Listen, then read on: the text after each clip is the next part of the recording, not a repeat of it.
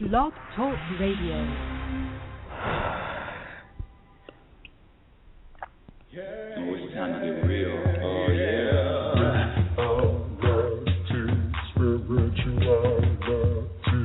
It's a new experience.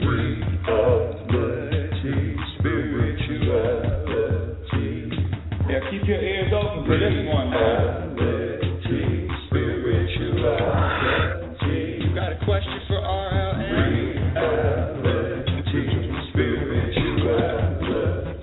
Yeah, it's time to get some answers, baby. Oh, now we getting real. Yeah,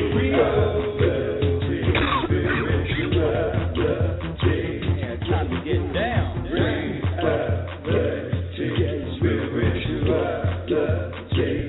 Yeah, you gonna feel good now. Real good.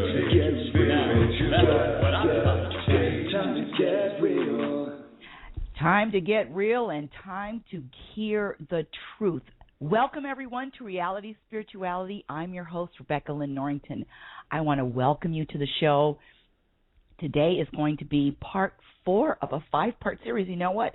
Honestly, I think it needs to be a part 10 series because there's so much information in Barbara Berger's The Mental Laws. I'm just so excited to read it. I'm so excited. And listen to this, audience, my dear listeners. Barbara Berger has agreed to or suggested that she be a guest on the show, though. So that is going to be up and coming, and I'm really excited to welcome her to Reality Spirituality. Of course, I always get ahead of myself.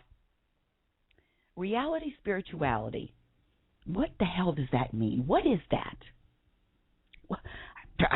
Reality shows? No, this is a spiritual reality show, and basically Reality Spirituality dissects and unravels even to the smallest, even gets into the smallest corner, and it links our everyday life experiences with spirituality. And with spirituality comes, I mean, the more you embrace it, the more you want to find peace, the more you are focusing on or giving your attention to this internal peace, this I don't care what's happening around me feeling. The more you do that, the better you are going to feel.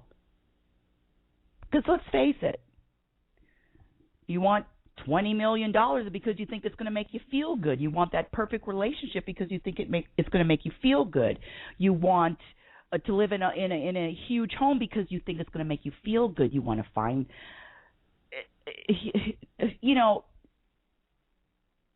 and it is about a feeling. It is about this feeling, and with the feeling is a vibration that we emit throughout the day. So Reality Spirituality basically dissects everyday life experiences down to the least common denominator, for all you mathematicians, to discover why and to discover how we can be happier and why we aren't as happy as we could be. And if peace of mind is one of your priorities, then you listening to the right show, because that is what the show is about. Learning to create an internal peace, a foundation, a place that you are shaken by nothing that happens in the outside world. But before I go on, I want to invite you to call in 646-564-9619 with your comments, questions, suggestions, experiences. My audience is always welcome to call in. Or if maybe you're struggling with something. 646-564-9619. 619.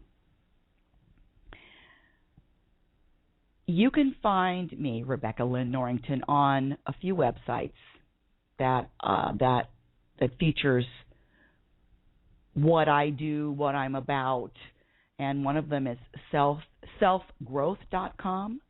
Another one is timetoplay.com, and then also State of Appreciation, and I've written a couple of articles in State of Appreciation. You're going to have to go back a couple of weeks to find those articles, but I'm here to share with you the struggles that I had and the bumps into the wall, the crashes into the wall, to kind of share with you what I've learned is a formula for happiness. Now, happiness is a byproduct of when you make a decision, when you make a conscious decision to flow, to be at ease, to accept, to allow whatever happens in your life. And when I say whatever, I mean capital whatever. Whatever happens has nothing to do with this foundation of, it's like, let's see, there's a story. Actually, there's a biblical story when Jesus was in a boat and his disciples, and they were up, and there was a storm, and disciples woke him up because he was sleeping through the storm.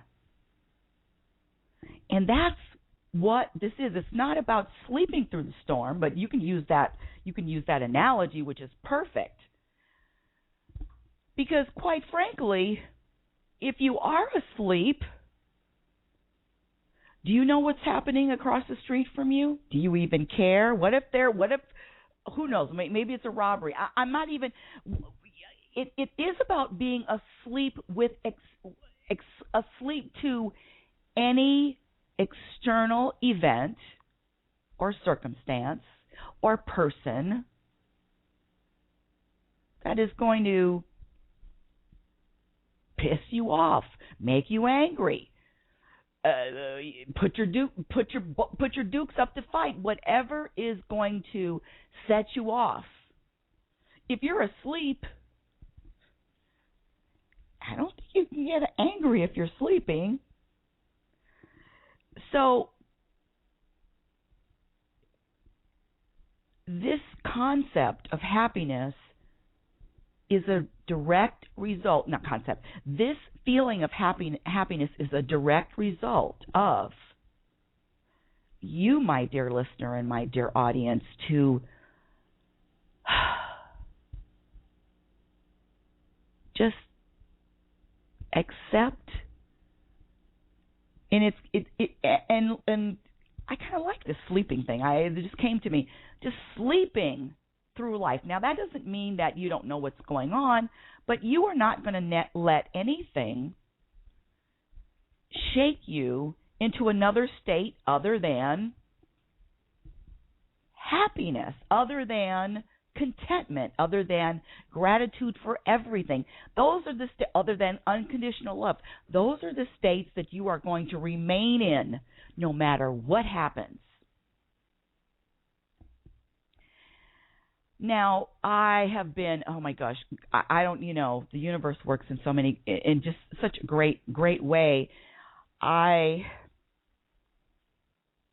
was introduced to the mental laws by Barbara Berger, and I'm telling you, it was less than a week ago. And it is a short, easy read book about understanding the way that the mind works. And I just want to do a quick review because this is, like I said, this is a part 4 of part 5 series. But I'm going to extend it. It's going to have to be part 5, part 1A, part 2A. I have to extend it. Let me just set you up here. Let me just give you a description. Let me just kind of give you an idea of what's going on. The mental laws. What the hell are the mental laws? Mental laws. as Barbara Berger explains it, she says that it's a science of the mind, and it really is a science because laws are impersonal. The law of gravity is an impersonal law. You are going to fall off that building whether you are a good person, a bad person, a happy person, a rich person. You're going to fall off that. You're going to fall off that building flat, straight down, splat, 10 stories up. You're going to fall. That's the law of gravity. And the mental laws are just the same. They are impersonal, and they do exist whether you know about them or not, whether you accept them or not. And why are the mental laws so important for us to understand? When we understand what's going on in our minds, we and the way it's set up, the way it just go back to the part 1, 2, 3, 4, 1, 2, 3, the way that our mind works. When you understand how and why, guess what? I'm going to use the word master. And I don't mean master that you get it perfectly right. I mean master that you are, I know what's going on, and I have a choice to choose A, B, or C. And basically, that's what it's about. Our choices. And that's what, and then coming up to our choices, we come up to the topic of the day, which is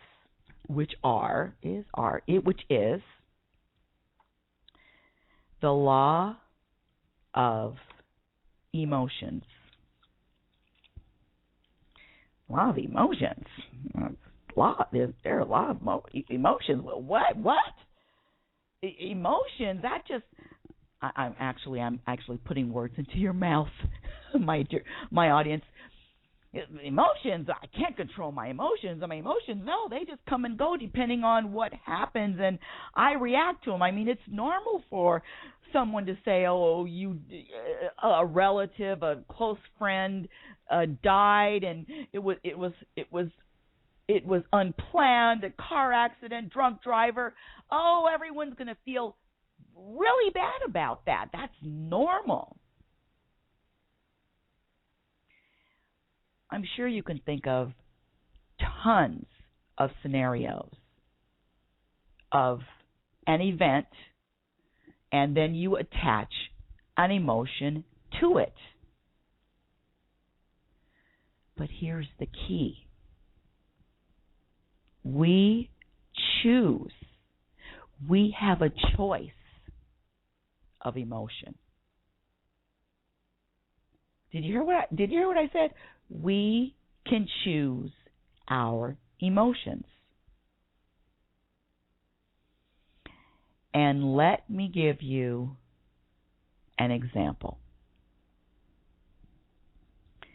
I've said it before. Just imagine you're having an argument with your significant other, mother, father, whatever. You're having a conflict with someone that you've, let's be honest, had conflicts before. They're very close to you. You guys just don't see eye to eye. It's just a difference of opinion. So you're arguing and you're very passionate about what you believe, and further, what you believe is right. That's what everyone should believe, and that's what you should believe as you point your finger at whoever you're arguing with. Come on, we've all had arguments, and when we argue, basically all it is saying you're right, I'm right, I'm going to prove I'm right, you're going to prove you're right. It's about I'm right, hands on the hip. Come on. And I'm about to give you an example to prove that where you're so angry, when you're in the middle of being so heated, in the middle of wanting to just punch the other person's lights out. And I'm not advocating violence, of course, but come on. You want to just at least shake them, put your hands on their shoulders and shake them.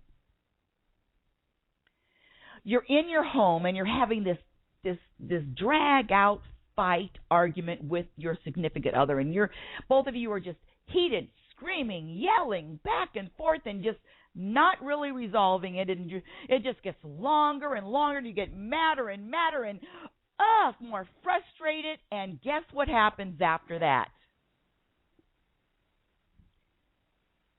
Ding dong. Ding dong, ding dong, ding dong. The doorbell rings. Those are my own sound effects, by the way. The doorbell rings. You both look at each other and grit your teeth and, the doorbell's ringing. We're still arguing. And you walk to the door. And how do you answer the door? Do you answer the door, I'm just arguing with this jerk that lives with me? Or do you answer, hello, may I help you? Come on. It's the same thing with a phone call. You're arguing, you're off the chart. You're upset. You're pulling your hair out. And the phone rings. Do you answer, hello? Or do you answer, hello? You see, we can choose our emotion. You make a conscious decision you can make a conscious decision to choose whatever emotion you want. You have that power. And with this knowledge, I am about to give you the secret, the tools to liberating yourself from anybody else. And they say, I'm mad at you. You did this. I'm so upset with you because you behaved in this way. Or I'm not going to talk to you because you said that to me. These people that say, whoever it is, and let me say this, I used to be one of them. I'm angry for anybody. I'm angry because of anyone else. Is a bold, can I use this word on air? Liar! Well, listen, I'm not going to say that you're a liar, but the truth is, you're not really mad at anybody else. The truth is, there is an internal struggle. There is an internal struggle that's going on. And it has nothing to do with what or who you think it does. So, as Barbara Berger says, which I'm just going to just briefly summarize, thought comes first. And thought always precedes and comes before the emotion. Now, she says further that you can't be angry at someone without having an angry thought first. It's impossible. But it's true. Think about it. If you just won the lottery and you just won $500 million,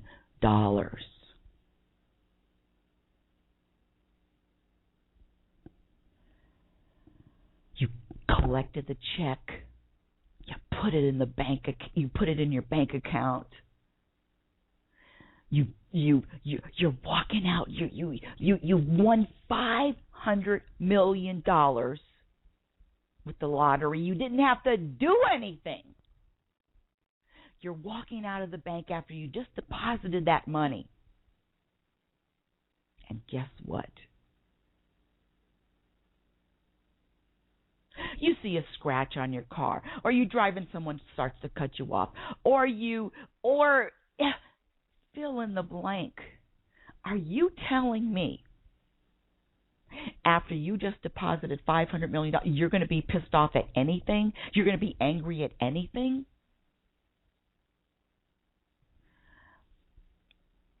Our thoughts precede our emotions. So if somebody is angry at you and they say, come on, please. Countless of people have said they're pissed off at me for something. But in reality, whatever's going on in their life is the real reason. Whatever is going on in their heart, whatever is going on internally is the real reason why they're angry. And guess what? It has nothing to do with me. And it has nothing to do with you. That's a real big secret. That's very powerful. That you don't have the power and you really can't make anyone angry. That they're having their own issues. Come on. Isn't that powerful? Now, with this understanding of thoughts precede an emotion and thoughts come before the emotion, Barbara Berger gives examples of how our mind and how our body connects and reacts to each other. And she's given some great examples. And the first one is she's saying, she calls it the lemon. So sit down, close your eyes, take a few deep breaths, and I want you to pretend that you're eating a lemon. Picture the lemon. You're cutting it open. You're sucking the juice out of the lemon. I want you to envision, feel, put yourself, and you're eating a lemon, a really sour lemon.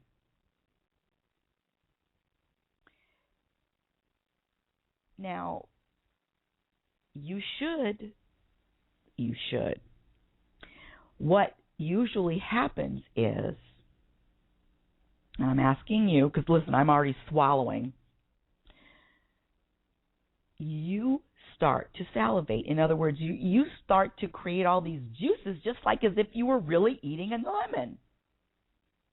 And this happens despite the fact that you're not eating a lemon. Just the thought of eating a lemon triggers a physical response in your body, a physical reaction. Isn't that interesting? Now, Barbara gives us another, if I can call her just Barbara B, gives us another example, and she calls this one the scoundrel, or the you know what, I'm going to say the asshole. We all have people in our lives that, no, shit, she's an asshole. So, and this person has really screwed you over. And for a moment, I want you to sit quietly and close your eyes.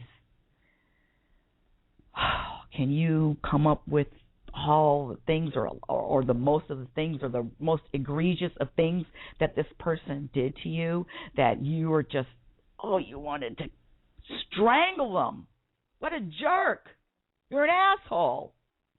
So the question comes after you're sitting and you're really thinking about that. I want you to give yourself a couple of minutes to really focus in on that person that just, gets your goat.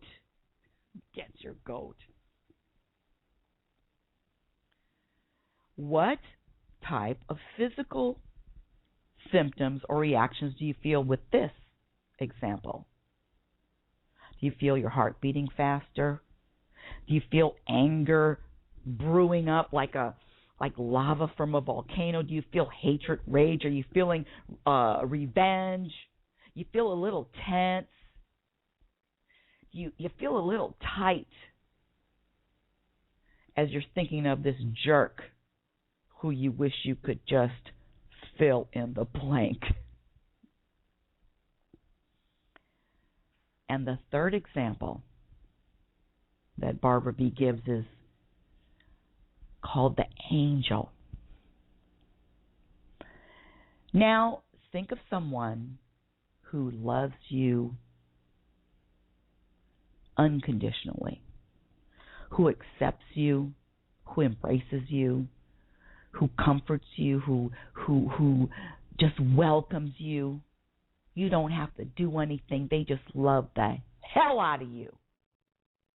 Someone who supports you, someone who trusts you, someone you can trust, someone who's seen your good sides, your bad sides, someone who will never leave you, as they say, someone who's got your back. Now what do you feel? What is your body feeling when you think about this person?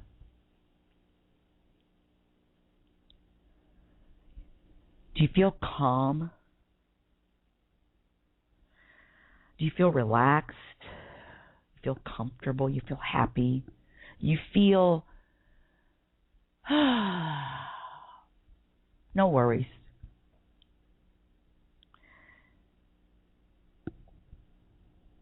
So now you understand, and now you get an idea of when we've given you 3 separate examples, 3 separate thoughts, and you're able to feel and experience 3 different emotional and physical states. You can feel when you're angry. You can feel when you're calm. You can feel when you're eating a lemon. Ooh, everything starts to tighten up.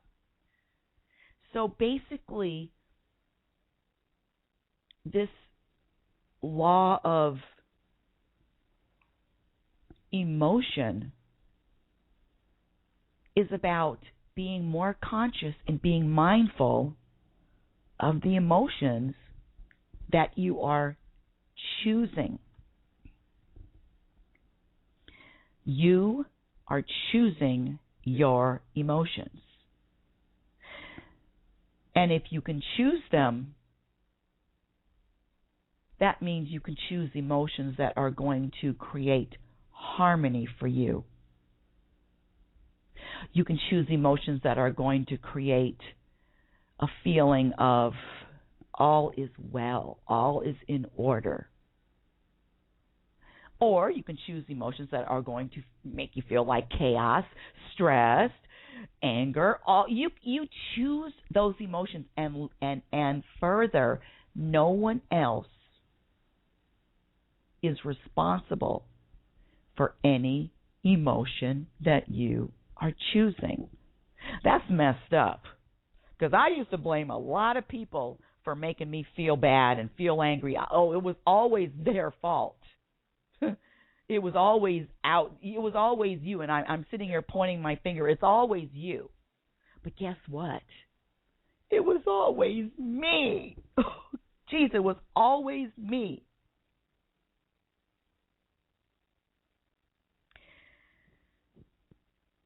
Now, with emotion and with choosing emotion, let me ask you this question. This is going to be easy. This is Reality Spirituality 101. Which emotions do you think are going to bring you a healthy mind and body? Anger or patience? Resentment or acceptance? Hate. I hate him. I hate that team. I hate my boss. Hate or love. What is hate going to create in your body? What is anger going to create in your body? What is anger going to create in your mind? My audience, my arms are open because you get to choose. And you know what? I'm going to love you and I'm going to accept you no matter what decision you make. I am just wanting to share with you and give you another perspective. And let me give you a test of my own, a little experiment. And I want you to call me again with how you feel about this and what happened to you. If something angers you this week or tomorrow, whenever, I want you to experiment with, we already know why it angers you. We already know why you're upset. But I want you to experiment with changing the scenario, changing your perspective. In other words, there's a different way of looking at it that's going to shift this anger to, that wasn't so bad. That's not that serious. I'm okay. Come on. I'm just going to flow with it. Who cares? Whatever. I want you to just play a game with yourself. And whatever happens, shift your perspective. Just start the exercise or start the practice of shifting your perspective to bring up a healthier, I don't want to say healthier, an emotion that is going to make you feel better. That's what I want to say. Come up with another, use your imagination, make something up. Make something up. But shift, purposely and consciously shift to an emotion, to a story. Tell yourself a story that's going to make you feel good instead of make you feel bad. You have that power. Oh my goodness, audience. I want to thank you for being with me. We are also going to do a part 5. You know what? I might do a Saturday show tomorrow, but you know what? I will post it up on the Blog Talk Radio upcoming shows. But for sure, I'm going to be broadcasting coming up Sunday, which will be August the 5th at 7 p.m. Pacific Standard Time. That's in the United States. And again, I want to thank you for listening to Reality Spirituality. You know,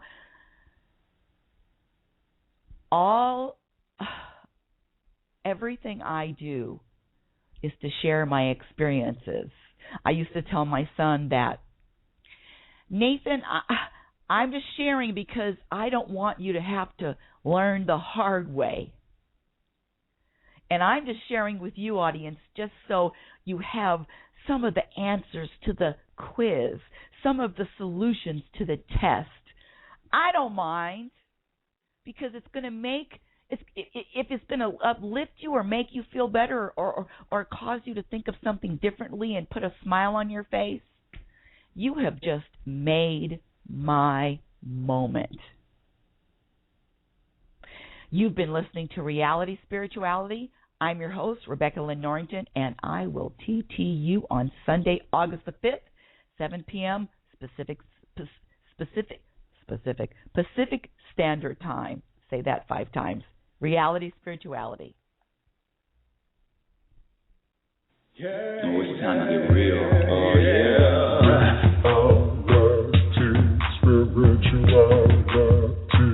It's a new experience. Reality Spirituality. Yeah, keep your ears open for this one. Reality Spirituality. You got a question for RLN? Reality Spirituality. Yeah, it's time to get some answers, baby. Reality Spirituality. Oh, now we getting real. Reality Spirituality.